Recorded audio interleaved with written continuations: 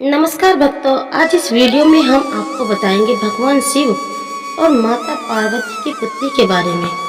भगवान शिव पार्वती की पुत्री का नाम अशोक सुंदरी था, जो अत्यधिक सुंदर थी।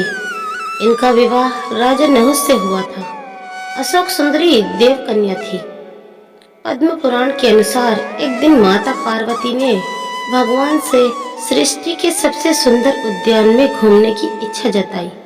माता पार्वती के हट पर भगवान शिव उन्हें नंदनवन ले गए, जहां माता पार्वती को एक कल्पवृक्ष पेड़ से लगाव हो गया।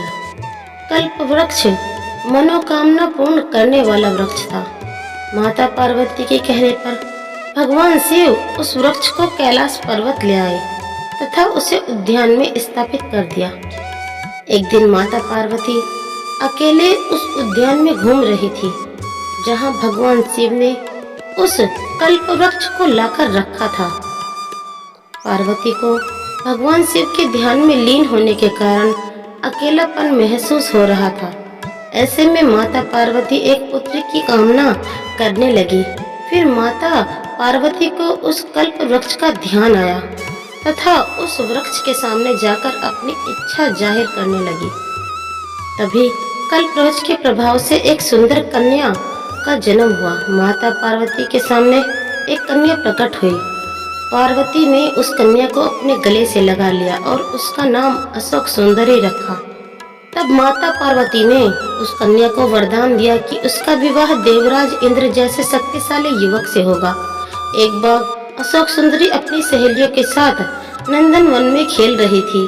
तभी वहां हुंड नामक राक्षस आया, जो अशोक सुंदरी की सुंदरता को देखकर आकर्षित हो गया और उसने अशोक सुंदरी के सामने विवाह का प्रस्ताव रखा।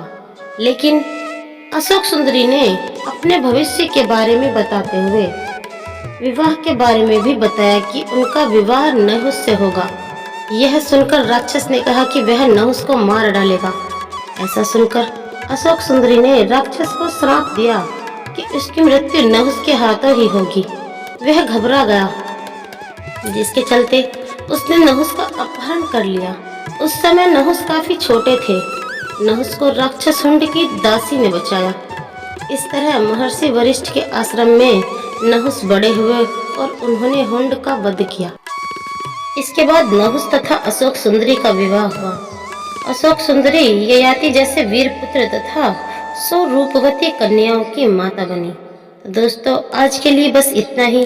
फिर मिलेंगे एक और धार्मिक कथा के साथ। अगर आपको हमारी कहानी पसंद आई हो तो हमारे चैनल को लाइक, सब्सक्राइब और शेयर जरूर करें।